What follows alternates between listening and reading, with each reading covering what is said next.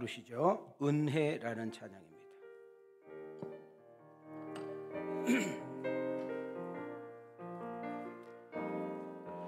내가 누려왔던 모든 것들이, 내가 지나왔던 모든 시간이, 내가 걸어왔던 모든 순간이, 내가 걸어왔던 모든 순간이 다양한 것 아니라 은혜였어. 아침 해가 뜨고 저녁에 노을, 봄의 꽃향기와 가을의 열매, 변하는 계절의 모든 순간이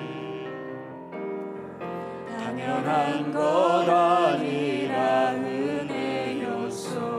우리 가슴에 손을 대시고 모든 것이 은혜,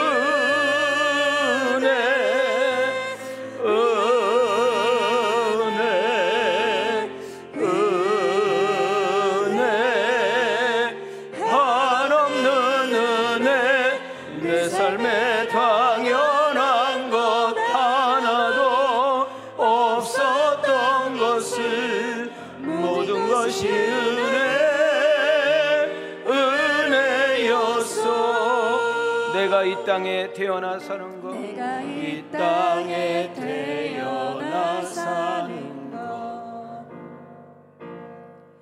어린아이 시절과 지금까지 숨을 쉬며 살며 꿈을 꾸는 삶, 숨을 쉬며 살며 꿈을 꾸는 삶, 당연한 것 아니라 은혜였습니다. 당연한 것 아니라 은혜였소. 내가 하나님의 자녀로 살며, 내가 하나님의 자녀로 살며 오늘 찬양하고 예배하는 삶, 오늘 찬양하고 예배하는 삶, 복음을 전할 수 있는 축복이, 복음을 전할 수 있는 축복이 당연한 것 아니라, 당연한 것 아니라 은혜였소. 우리 두 손 들고 모든 것이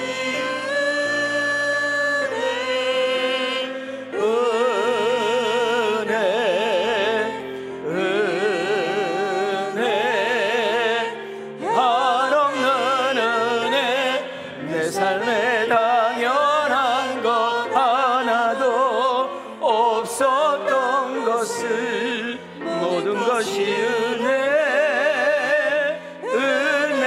은혜였어. 우리 가슴에 손을 두고 모든 것이 은혜였어.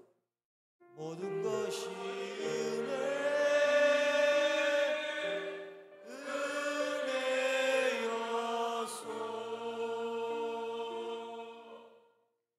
그렇습니다. 오늘 여러분과 내가 2부 예배 얼굴을 대면할 수 있는 것, 하나님의 은혜입니다. 저는 어제 저녁에 급하게 어느 분이 참전부의 응급실로 갔다는 이야기를 듣고 제가 좀 바쁘게 좀 간 적이 있습니다. 제가 그 응급실에 있는 시간은 한 15분, 20분이 채 안 된 것 같습니다. 그 짧은 어간에 여러분 119 차들과 일반 그 차들이 한 7, 8분이 연속 이렇게 실려서 들어오는 것을 봤어요. 근데 공교롭게도 나이 먹으신 분은 한 분도 없고 다 젊은 분들이 응급실에 실려왔다는 것은 뭔가 있는 거잖아요. 자, 그걸 보면서 참 이 건강이라는 것이 하나님의 은혜구나, 뭐 이런 생각을 또 잠깐 제가 해보게 되었습니다. 맞지요? 여러분들은 썽썽해서 건강해서 내가 운전해서 오는 것이니까 건강이 내 거라고 생각을 합니다.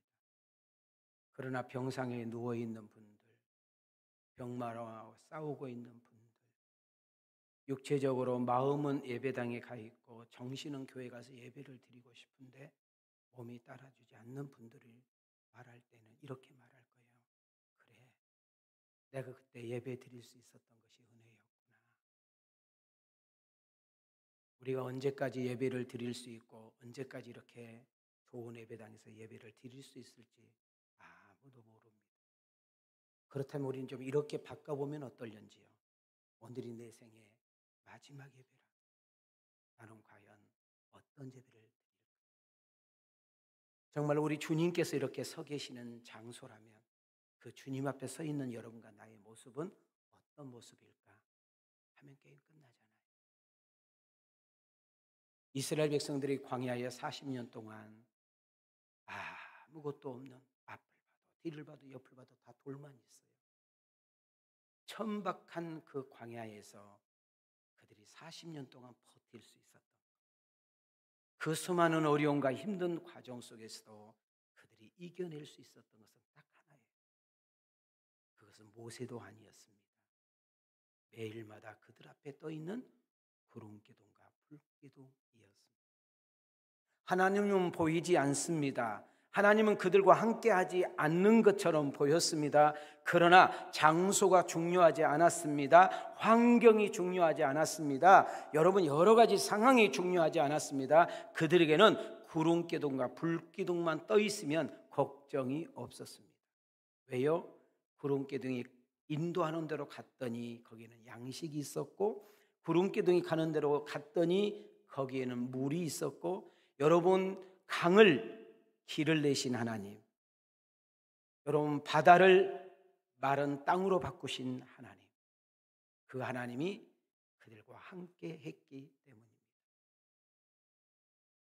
저는 터키라는 나라에서 비행기를 타고 제가 비행기 의자에 앉아서 한국으로 돌아올 때 몸도 마음도 파김치였습니다. 그리고 저는 눈을 감고 비행기에서 이렇게 기도했습니다. 하나님,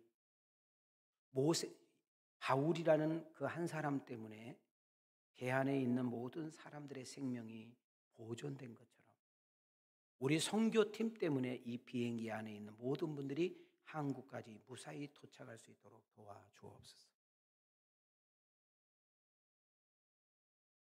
오늘 우리가 이렇게 함께 만날 수 있는 것, 함께 얼굴을 대면할 수 있는 것, 서로 멀쩡하게 살아서 오늘도 볼 수 있고 들을 수 있는 것, 하나님의 은혜입니다.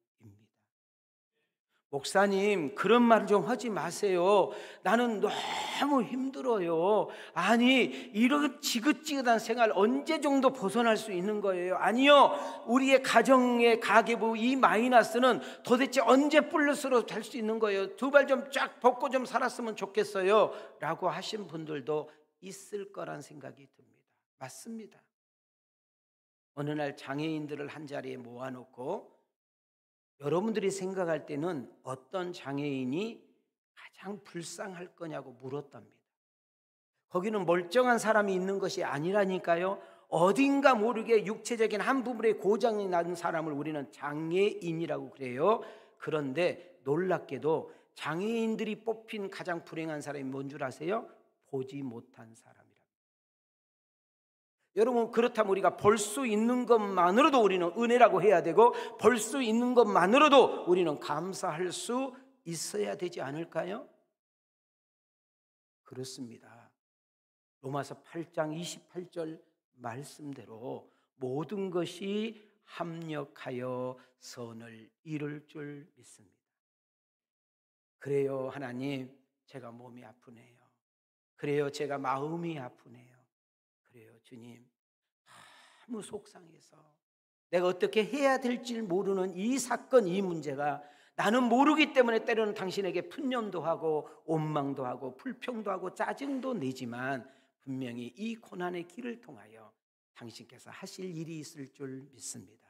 그렇다면 견딜 수 있는 힘과 버틸 수 있는 은혜와 이 과정을 통해서 당신의 이름이 찬양되어지는 그런 통로자로 나를 사용해 주시기를 원합니다.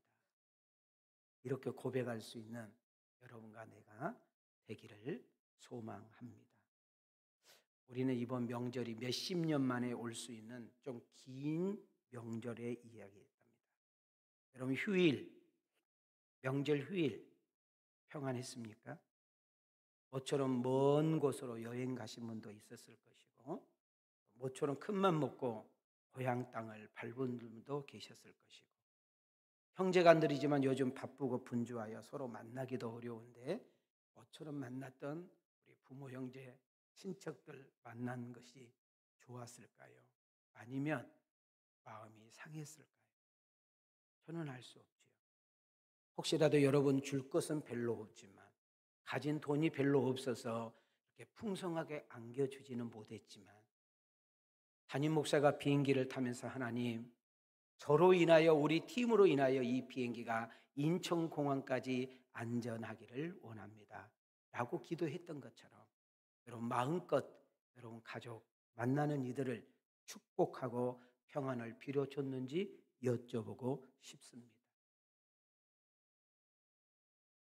명절이기 때문에 교회에서 기도하신 분은 적었을 거라는 생각이 듭니다. 그러나 적어도 담임 목사의 바람은 여러분이 혹시 가족들과 여행 갔더라도 먼 고향과 등등을 애출했다 할지라도 성령님께서는 여러분들을 통해서 저희 팀을 위해서 기도하게 했을 거라는 기대가 있습니다. 여러분의 그 기도와 사랑과 관심으로 저희 27명은 잘 다녀왔습니다. 그런 여러분들에게 감사하다고 말하고 싶습니다. 사랑하는 성도 여러분, 오늘 예배를 드리는데요, 이 예배가 습관적인 종교 외식이 되지 마시고 온 마음을 다해서 오늘 우리 담임 목사를 통해서 하나님은 무슨 말씀하실까? 하나님 성령님께서는 오늘 이 시간에 내게 주신 메시지는 무엇일까? 내 형편을 나보다 더 잘하신 하나님, 나는 내일 일 모르기 때문에, 한 주간 일을 모르기 때문에 나름대로 계획을 세우시고 마음가짐을 가지게 되는데 그 모든 것까지도 알고 계신 그분은 오늘 이 예배 한 시간을 통해서 내게 주신 그 은혜는 무엇일까? 집중하여 길을 쫑긋하고 세워서 예배를 드리다 보면 첫째 느낌은 시간 간 줄 모르고요, 두 번째는 집중하다 보면 주의 음성이 들려지고요, 세 번째는 성령님께서 머리부터 발끝까지 나를 만져주시는 은혜가 있기를 소망합니다.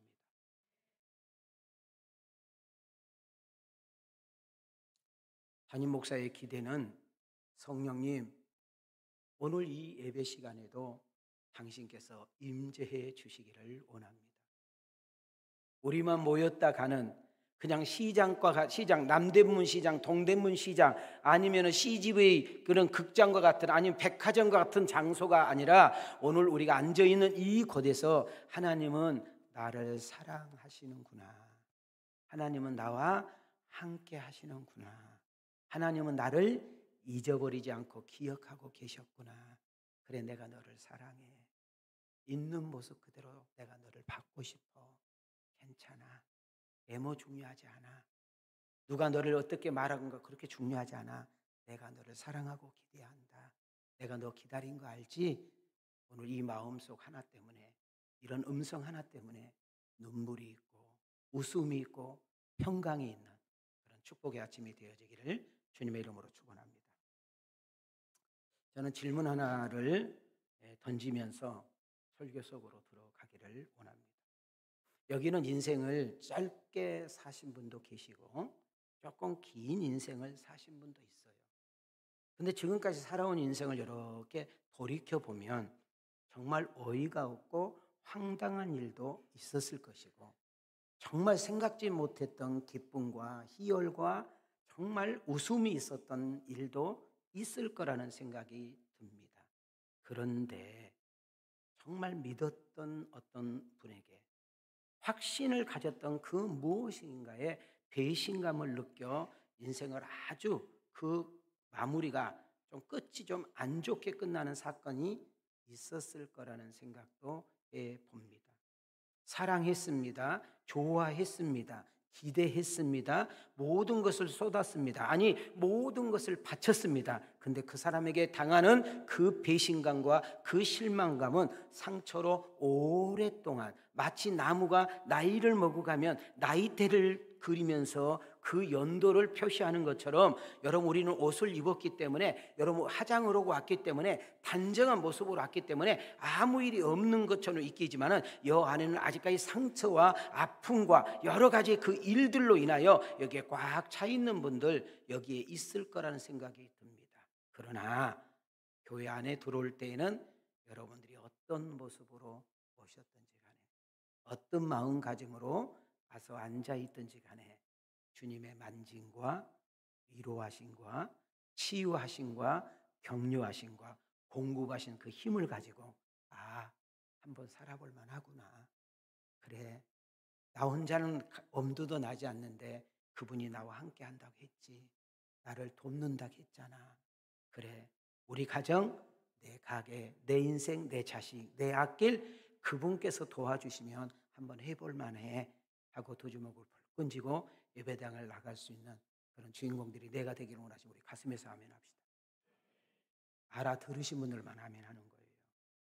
여러분, 제가 이 예화를 한 4-5번 정도 인용했던 것 같아요. 그리고 불과 한 달 어간이에요. 모든 예배는 아니에요. 어느 부서 한 부서에서 제가 이 예화를 들은 적이 기억이 납니다. 여러분, 우리 성지 순례 문화 탐방 팀들은 잠을 많이 자질 않습니다. 여기하고 6시간에서 7시간 정도 차이가 나거든요. 로마는 7시간 차이 나고 그리스하고 터키는 6시간 정도 차이가 나요. 여기가 빨라요. 보통 우리가 이제 기상시간이 4시에서 5시 새벽, 그리고 밥을 먹고 6시, 정말 빠르면 7시부터 이제 움직이게 됩니다. 힘든 어떤 그런 프로그램이죠. 그런데도 가는 데마다 은혜가 있고 가는 것보다 하나님의 놀라운 역사를 발견하게 됩니다. 제가 어느 선교지를 이제 탐방을 하고 버스를 타고 조금 긴 여행지를 이동하게 됐을 때 저는 그 넓은 대지를 바라보면서 생각에 잠겼습니다. 그리고 저는 시간만 나면은 설교를 준비하고 또 주셨던 것들을 차에서 정리를 해서 우리 교역자들에게 거의 한 60개에서 70개 정도 내용을 보내습니다. 아마 돌아온 주일날은 그 정리하느라고 가면 지날 거예요. 내 손이 지났으니까. 그런데 이런 생각을 해봤습니다. 천국 이야기. 제가 여러분에게 많으면 4-5번, 적으면 2-3번 정도 분명히 인용했던 이야기를 했어요. 천국에 가면 3가지 때문에 놀란다는 거예요. 저는 그 선교지를 다니면서 그 애화가 내 가슴을 쳤어요. 첫 번째가 뭐냐 하면 그분은 꼭 천국에 갔을 거야. 그래, 그분은 그 정도 예수 믿는 사람이라면, 그 정도로 남에게 본을 보인 사람이라면, 그렇게 유명한 사람이라면 분명히 천국에 가면 있지 라고 생각을 했어요. 근데 막상 천국에 갔더니 그분이 안 계셔. 거기에 충격을 받는다. 내 윤리적인 기준으로, 내 가치적인 기준으로, 내가 생각하는 인생관으로 볼 때는 그 사람이 존경스러운 거예요. 대단한 분이에요. 훌륭한 분이에요. 근데 하나님 나라에 가니까 없다는 거예요. 그럼 당연히 있을 거라고 생각했던 그분이 천국에 없으니까 무슨 생각이 들어요? 실망과 좌절이 오죠. 충격을 받죠. 응? 그 목사님 믿음 가짜였어? 아니, 그렇게 믿음 좋은 권사님, 그렇게 기도 많이 하는 권사님, 그분 신앙 가짜였어? 하고 충격을 받는다 그 말이죠. 오늘 우리가 읽었던 본문을 내가 여기에서 선택을 한 거예요. 자, 아까 띄워줘봐요. 자, 마태복음 7장 21절부터 그냥 읽지 마시고 생각하면서 좀 읽어봐요. 나하고 생각하면서. 시작. 나더러 주여 주여 하는 자마다 다 천국에 들어갈 것이 아니요 다만 하늘에 계신 내 아버지의 뜻대로 행하는 자라야 들어가리라. 그날에 많은 사람이 나더러 이르되 주여 주여 우리가 주의 이름으로 선지자 노릇하며 주의 이름으로 귀신을 쫓아내며 주의 이름으로 많은 권능을 행하지 아니하였나이까 하리니 그때 내가 그들에게 밝히 말하되 내가 너희를 도무지 알지 못하니 불법을 행하는 자들아 내게서 떠나가라 하리라. 여기서 보니까 주여 주여 하는 자마다 교회를 다닌다고 해서 직분이 뭐냐고 해서 믿음의 연수가 얼마냐 해서 내가 성경을 얼마나 알고 있는 지식에 의해서 천국 가는 것이 아니라 천국은 아버지의 뜻대로 행하는 자라야 간다라는 이야기예요. 더 나아가서는 불법을 행하는 자는 나는 너를 도무지 모르겠다. 여기서 22절에 충격을 받으셔야 돼요. 나 목사예요, 주님. 나 목사예요. 나 장로라니까요. 나 고은사라니까요. 나 새벽 예배 한번 빼진 적이 없는데요. 무슨 소리 하는 거예요? 왜 나를 몰라요? 이렇게 말을 한다는 거예요. 내가 예수 이름으로요 귀신을 쫓아냈고요. 내가 예수 이름으로 기도했더니 막 병든 사람이 다 나았어요. 나 때문에 예수 믿는 사람 얼마나 많은데 나를 모른단 말이에요. 이걸 모르는 사람을 위해서 내가 한마디로 끝내줄게요. 나는 이재명 대통령을 너무 잘 알아. 근데 이재명 대통령이 나를 몰라. 이 어려운 말 못 알아들어? 그냥 모른다 하지 않고 이렇게 말해요. 불법을 행하는 자들아, 나는 너를 도무지 모르겠다. 오늘 2부 예배 참석한 여러분들이 이 소리를 듣는 자리까지 가지 않기를 원합니다. 아멘 해야 되는데 왜 아멘 안 할까? 그럼 다 그런 소리 듣기를 바랍니다. 뭐요? 두 번째로는 너무 황당해서 이 사람이 쓸어서 우리 옆 사람 보고 인사해봐. 옆 사람 봐, 옆 사람. 너도 천국에 와서 시작. 아니 왜 좀 놀란 표정으로 너도 천국에 와서 시작.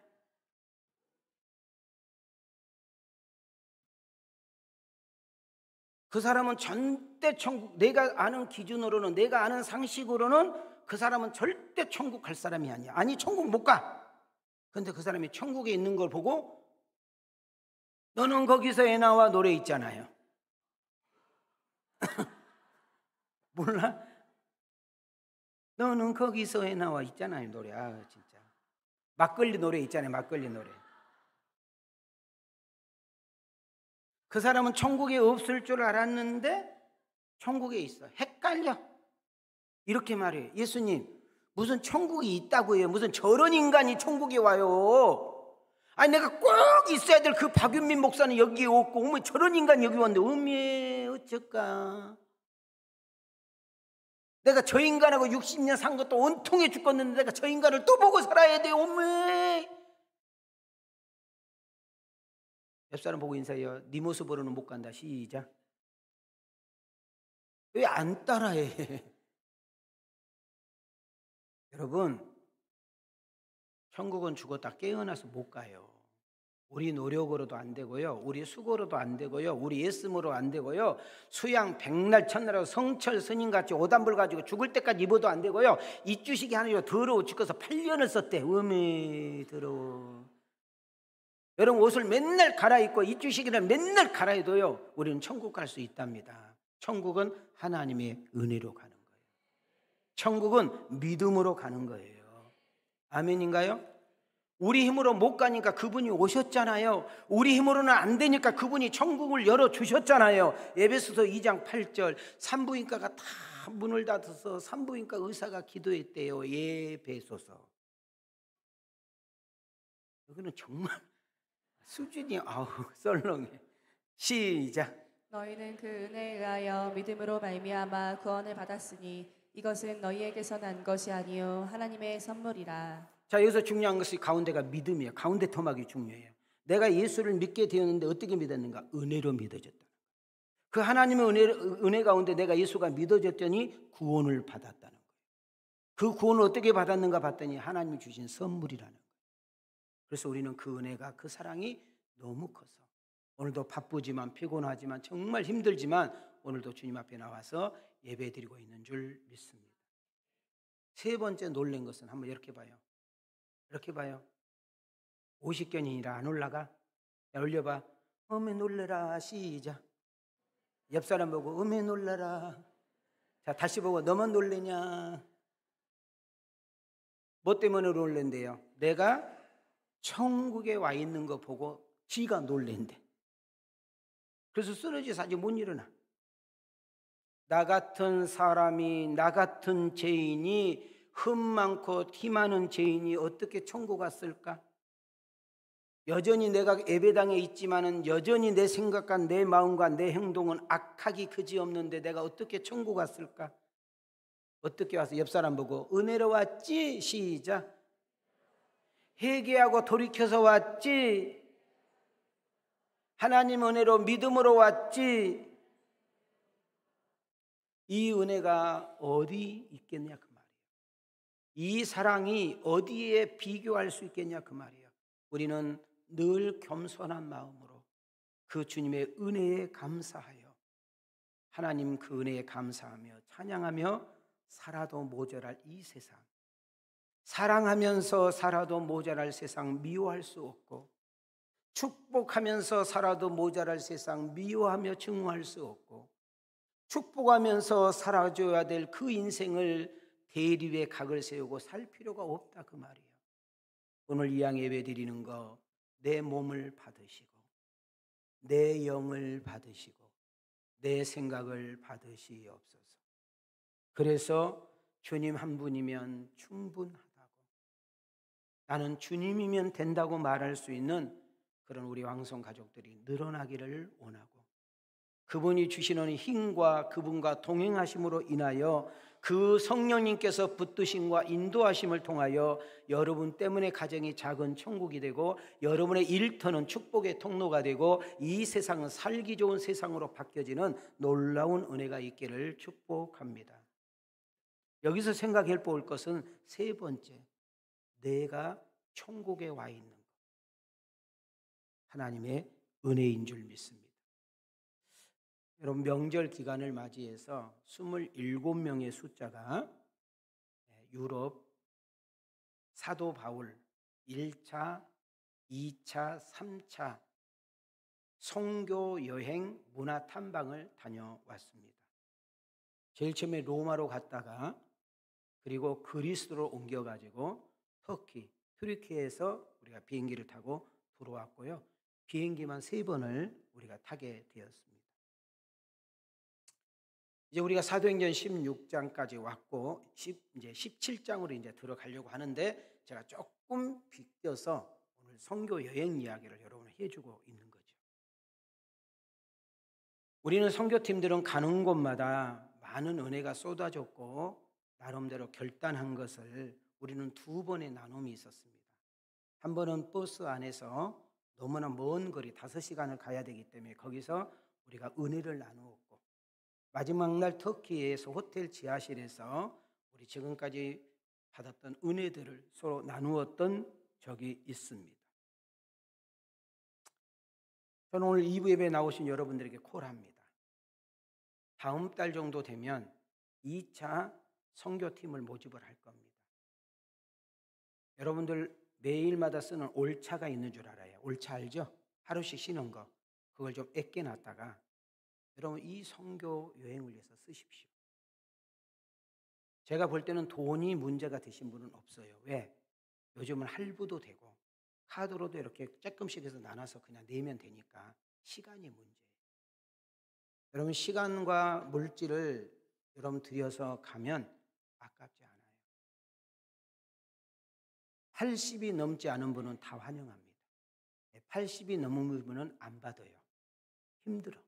그러나 70인데 육신이 멀쩡하다 받습니다. 더 늙기 전에 갔다 오시면 돼요. 자, 우리 선교팀들을 이렇게 나눌 때 제가 이제 중요한 팩트만 이렇게 메모를 좀 했는데, 우리 선교팀들마다 가는 곳마다 회개가 일어났고 정말 예수를 잘 믿어야 되겠구나 라는 결단들이 있었고, 정말 이제는 돌아가면 진짜 말만이 아니라 전도해야 되겠다. 사도 바울이 이렇게 먼 거리를 이렇게 위험을 무릅쓰고 이렇게 고독하게 복음을 전했기 때문에 오늘 우리까지 왔는데 우리도 그 전도를 좀 해야 되겠다. 어떤 것에는 울기도 하고 어떤 것에는 웃기도 했습니다. 육체적으로는 비록 피곤하지만 하나님께서 주신 은혜는 무지 컸습니다. 단 한 분의 사고 없이 조금 아프신 분들이 있었기는 했지만 좀 잘 지나가게 했고요. 어떤 한 분이 잘 도착해서 집에서 정리를 하다가 조금 사고가 나서 병원을 좀 갔다 온 일은 있었지만은 모든 것이 하나님의 은혜입니다. 저는 사도행전 17장을 곧바로 가려다가 원래는 제일 처음엔 요한계시록 소아시아의 7교회 중에 3교회를 선택해서 여러분하고 조금 나누려다가 성령께서 제 마음을 바꾸셨어요. 그래서 보냈어요. 어제 오후에 또 바꿨어요. 그래서 오늘 여러분에게 영상 한 군데를 보여주면서 설교를 좀 해보려고 그래요. 자, 영상 하나 보고 나올게요.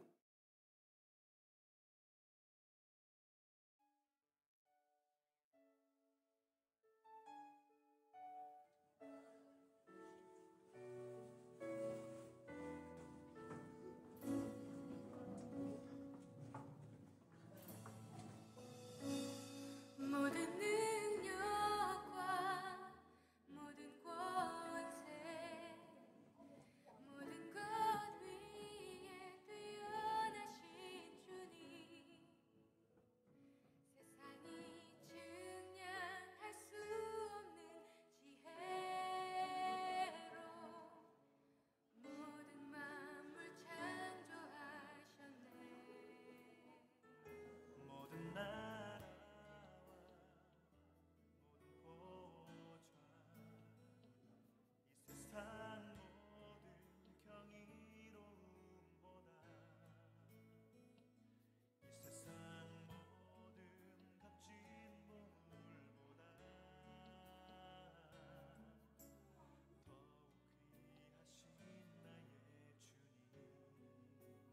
주님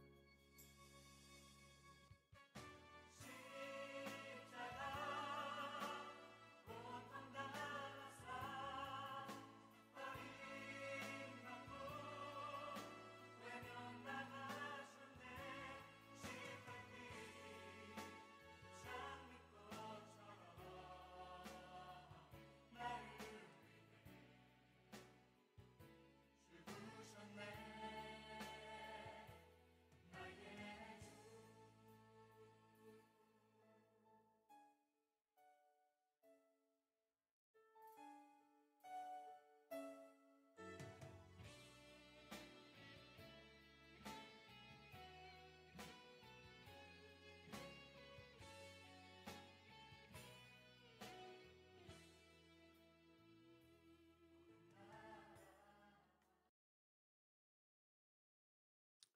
저는 이 시간에 한 군데만 여러분에게 소개를 하기 위해서 영상을 보여줬습니다. 한번 따릅시다. 데링쿠유.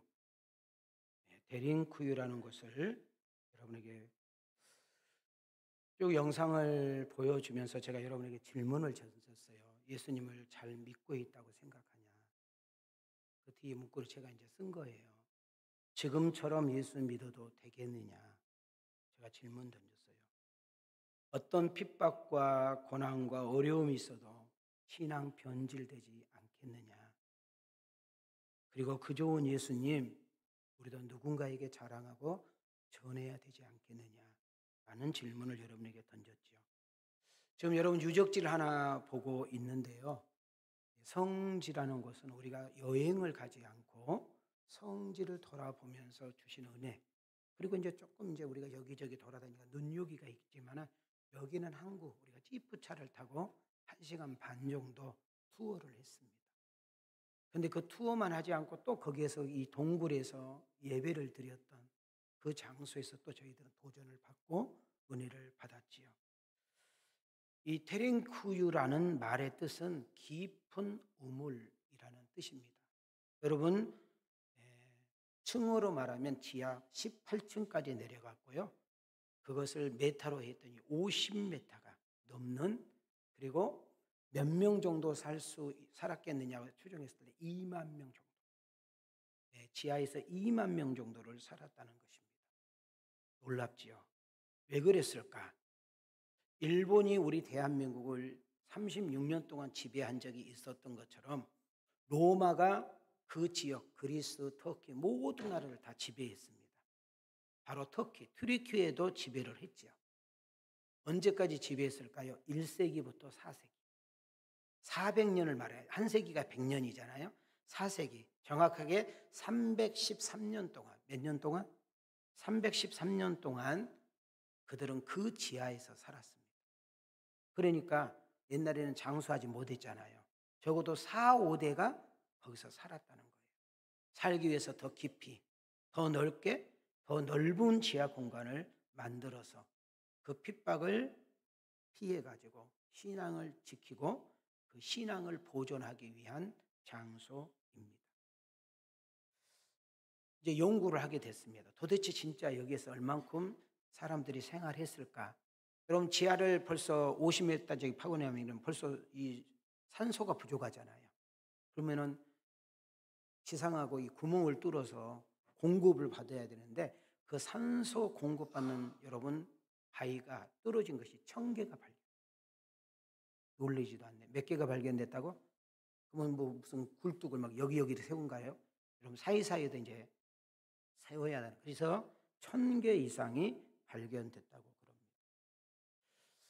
지하 동굴을 다시 한번 보여드릴 거예요. 딱 한 사람만 이렇게 지나갈 수 있도록. 저처럼 키가 크지 않고 몸매도 좋지도 않는 사람이 머리를 많이 숙이지 않고는 갈 수 없는 아주 좁은 한 사람만 겨우 지나갈 수 있도록 팠습니다. 또 이렇게 지금 현재 혹시 맷돌같이 이렇게 큰 거 하나 보인가요? 구멍 뚫린 거? 보여요? 네, 저것이 뭐냐면 적들이 만약에 쳐들어왔을 때 돌을 굴려서 구멍을 막는 거예요. 근데 저 구멍을 어떻게 설계했느냐? 저쪽 적들은 절대로 못 들어. 여기서만 열어줄 수가 있도록 그렇게 설계를 했고, 또 쭉 가다 보면 너무 구멍이 적어서 우리가 갈 수 없는 구멍들이 보이는, 바로 그거는 어린아이들만 들어갈 수 있는 구멍. 우리는 죽어도 너희들은 살아야 된다. 여기까지 머리를 썼던 것을 볼 수 있습니다. 쭉 내려가다가 아까 우리 기도한 거 보셨죠? 지하 7층 거기에 교회가 있었습니다. 아까 담임 목사님 못해서 우리가 벽 잡고 기도했잖아요. 거기에 예배당이 있기 때문에 세례를 줘야 되겠죠. 근데 그 밑에 지하에 물이 많이 있을까요? 없잖아. 사람 먹고 사는 물도 겨우 공급을 받기 때문에 세례를 물로 줄 수가 없었어요. 원래 우리가 침 낸 거 아시죠? 물속에 쭉 당겼다가 다시 일어나는 것은 나는 죽습니다. 다시 예수로 삽니다.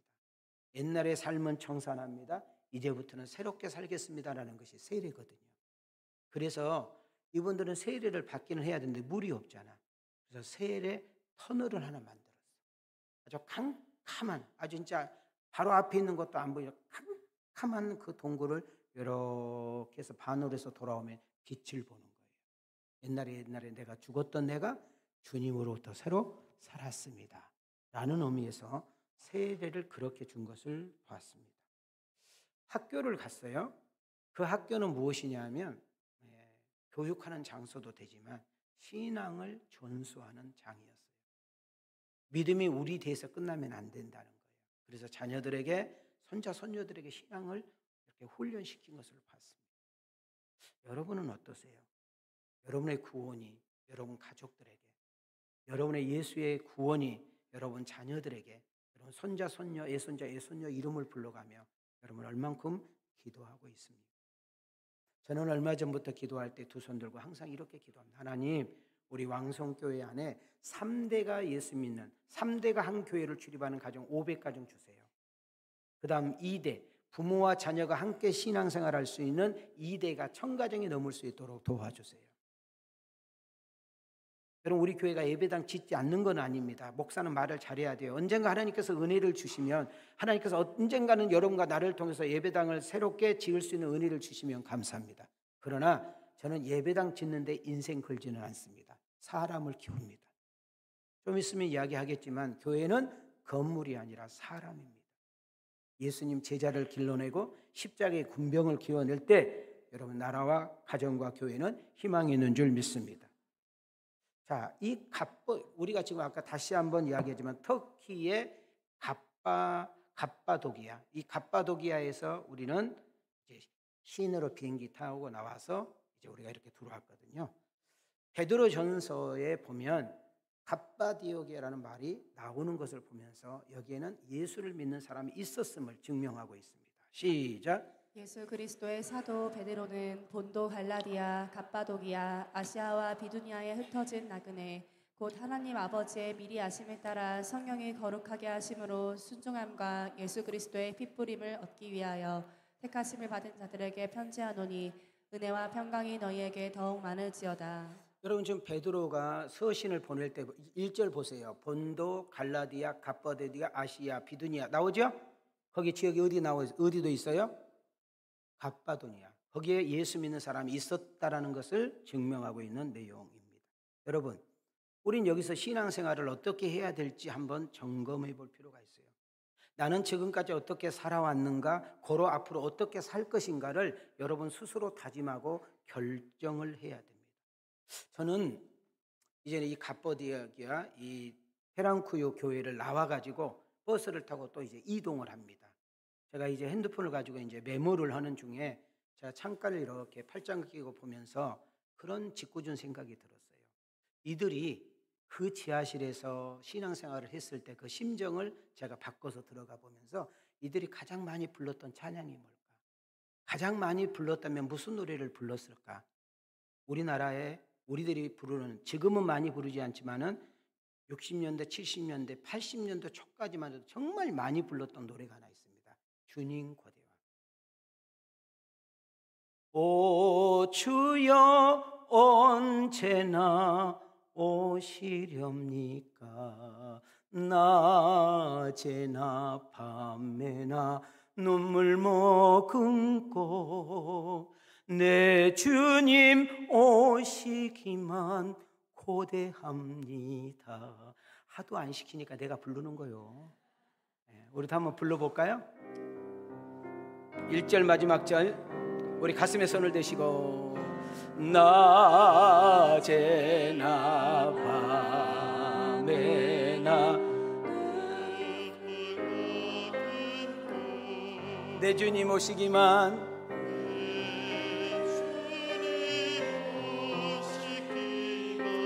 고대합니다. 가실 때 다시 오마 하신 예수님 오 주여 언제나 오시렵니까? 우리 두 손 들고 천년을 하루같이 기다린 주님 내 영혼 당하는 거 내 영혼 당하는 거 볼 수 없어서 이 시간도 기다리니 이 시간도 기다리고 계신 내 주님 우리 두 손 높이 들고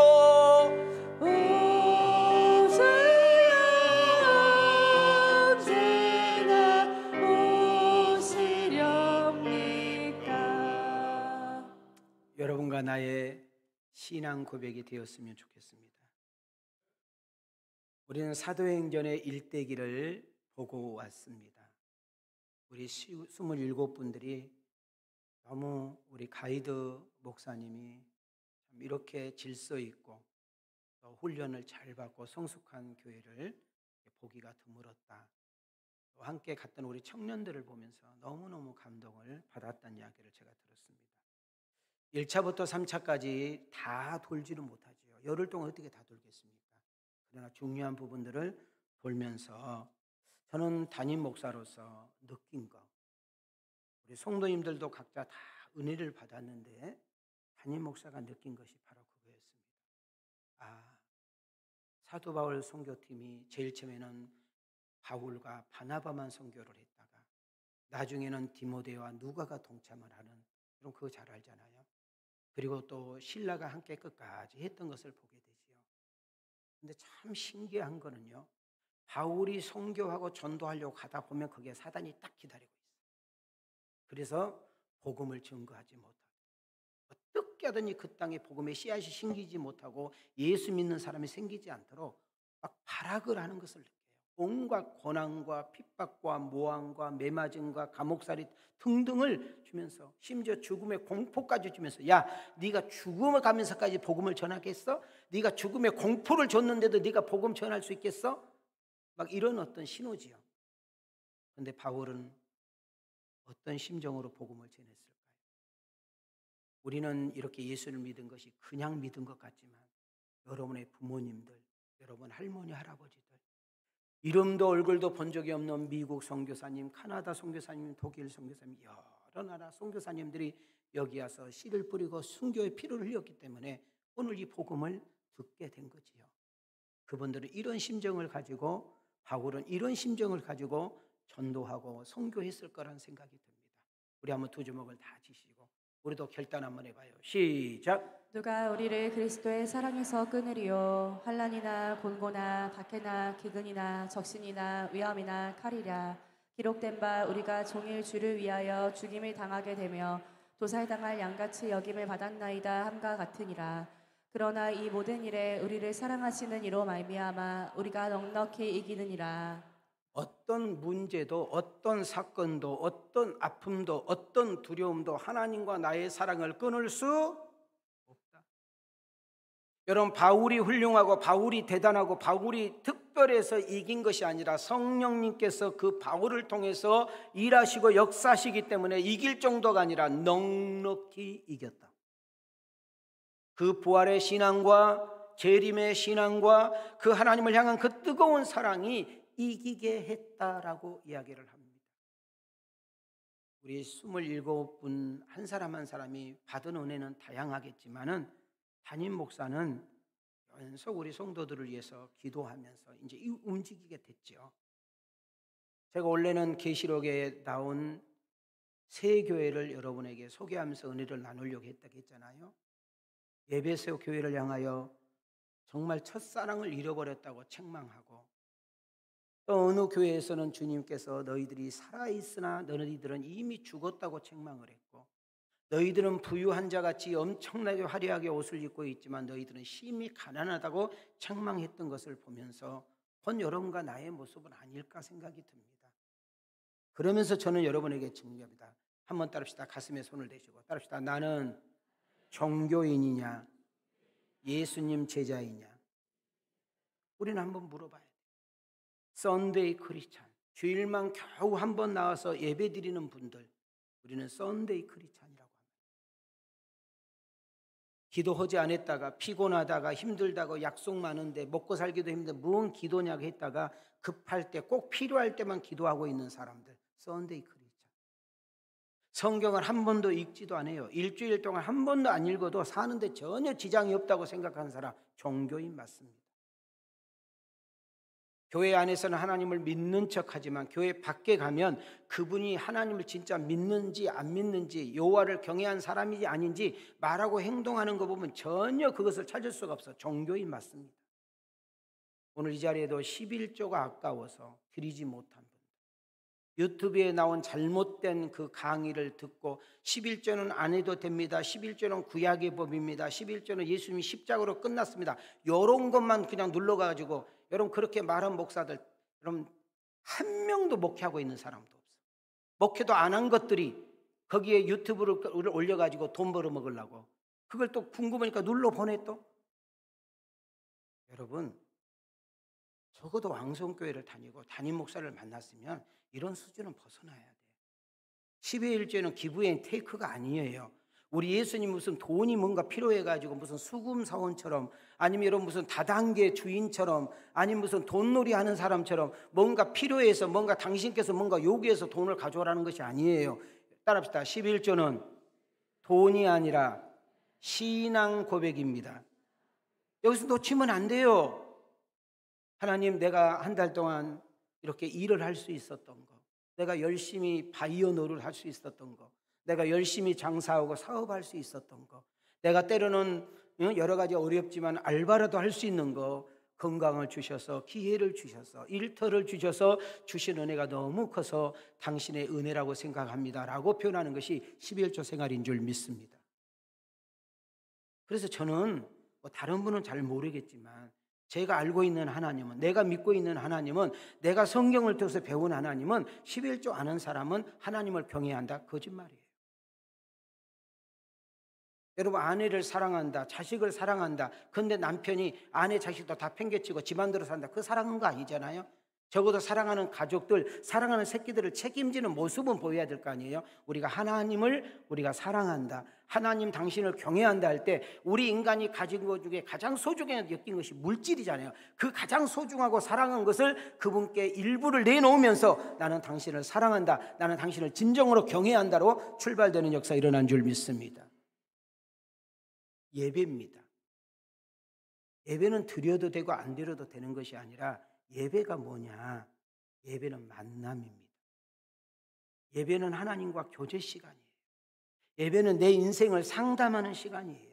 예배는 하나님께서 세상에 나가서 살아갈 정도가 아니라 넉넉하게 살아갈 수 있는 그런 힘과 능력을 공급받는, 그래서 예배는 신앙의 생활이요, 여러분 예배는 인생의 성공을 갖다주는 은혜인 줄 믿습니다. 이것을 안다면 예배를 가볍게 여길 수 없고 예배를 쉽게 빠질 수가 없죠. 바쁘다고 피곤하다고 이것저것 핑계대면서 기분 따라 예배를 드리고 안 드리는 것은 여러분 종교인의 모습인 것이죠. 여러분, 종교인은 뭐예요? 아무 영향을 못 끼쳐요. 산더미 같은 죽은 코끼리는요, 물줄기 따라서 이렇게 떠들면서 물만 오염시켜. 그러나 작은 송사리, 작은 붕어는 여러분 그 물길을 치고 올라가는 거예요.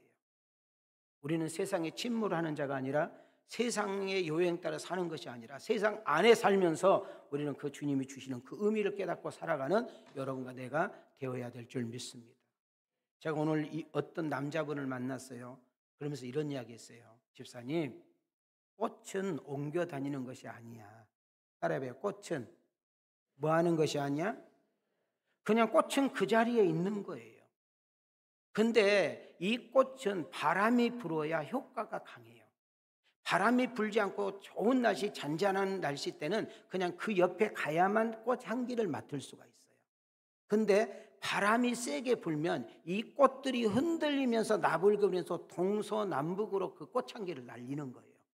그래서 수십리, 수백리, 수천리에 있는 나비벌들이 그 꽃향기를 보고 찾아오는 거예요. 나는 우리 왕성 가족들이 꽃이 되기를 원하는 거예요. 여러분, 꽃 말이 없잖아요. 꽃 마른 거 봐서 그 미친 꽃이지. 애롭지만 고독하지만 묵묵하게 그 꽃을 피워 있으면 대한민국 전국에서 찾아와서 놀고 웃고 사진 찍고 행복하다고 그러잖아요. 나는 그리스도의 향기를 날리는, 그 그리스도의 향기를, 광채를 드러낼 수 있는 여러분과 내가 되기를 축복합니다. 그러면서 오늘 마지막으로 기도 제목 좀 찾아보고 마칠게요.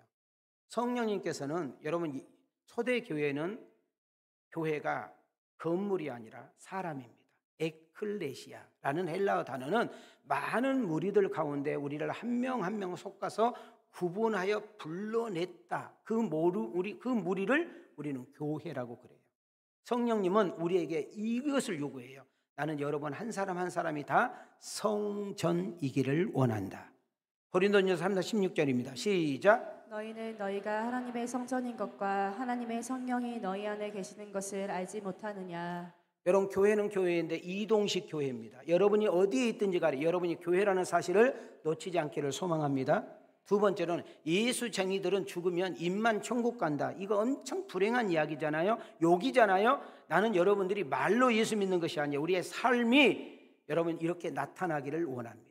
시작. 이같이 너희 빛이 사람 앞에 비치게 하여 그들로 너희 착한 행실을 보고 하늘에 계신 너희 아버지께 영광을 돌리게 하라.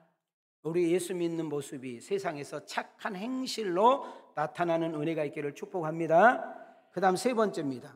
고린도전서 10장 32절입니다. 시작. 그런즉 너희가 먹든지 마시든지 무엇을 하든지 다 하나님의 영광을 위하여 하라. 자, 옆 사람에게 무엇을 하든지, 뒷사람에게 무엇을 하든지, 우리 하나님을 의식하고 사는 것이 하나님께 예배의 영광인 줄 믿습니다.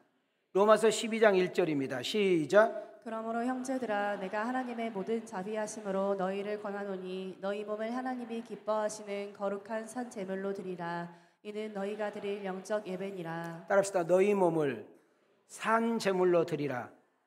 영적 예배니라. 여러분, 구약은 하나님 앞에 예배를 드리려면, 제사를 지내려면 살아있는 짐승이 죽어야만 제물이 됐잖아요. 우리는 예수님을 통해서 더 이상 죽을 이유가 없죠. 예수님이 우리를 위해서 다 해결해 줬기 때문에. 그러나 우리의 삶이, 우리의 생활이, 우리의 일터에서 일하는 모든 것들이 예배이어야 될 줄 믿습니다. 아멘인가요? 저는 여러분에게 질문을 던지면서 설교를 마치려고 합니다. 여러분은 예배당 안에서만 존재하는 종교인입니까? 교회 출석을 의무적으로 여기고 와서 앉아있다 간다면 당신은 분명히 종교인일 것입니다. 내 삶 속에서 예수 그리스도가 묻어나고 내 생활 속에서 예수 그리스도의 향기가 나타난다면 여러분은 종교인이 아니라 그리스도인입니다.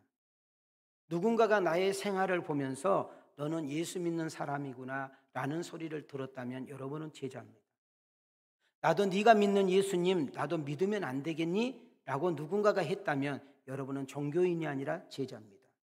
나도 네가 다니는 교회를 나도 좀 다니면 안 되겠니? 나도 왕성교회 다니고 싶은데 라고 말했다면 여러분 제자의 삶을 살고 있는 줄 믿습니다. 여러분은 그리스도인입니까? 아니면 예수님의 제자입니까? 아니면 종교인입니까? 이 말에 대답할 수 있어야 합니다. 여러분, 세상이라는 무대에서 선한 영향력을 끼치고 하나님의 이름을 나타내고 하나님의 영광을 위해서 쓰임받는 예수님의 제자 그리스도인. 나는 여러분 때문에 가정이, 여러분 때문에 회사가, 여러분 때문에 모임이, 여러분 때문에 함께 동행하는 모든 이들이 행복했으면 좋겠고 은혜의 통로자로, 축복의 통로자로 쓰임받는 복 있는 자가 되기를 주님의 이름으로 축복합니다. 저는 마지막 한 단어를 여러분에게 던지면서 끝납니다. 여러분은 종교인입니까?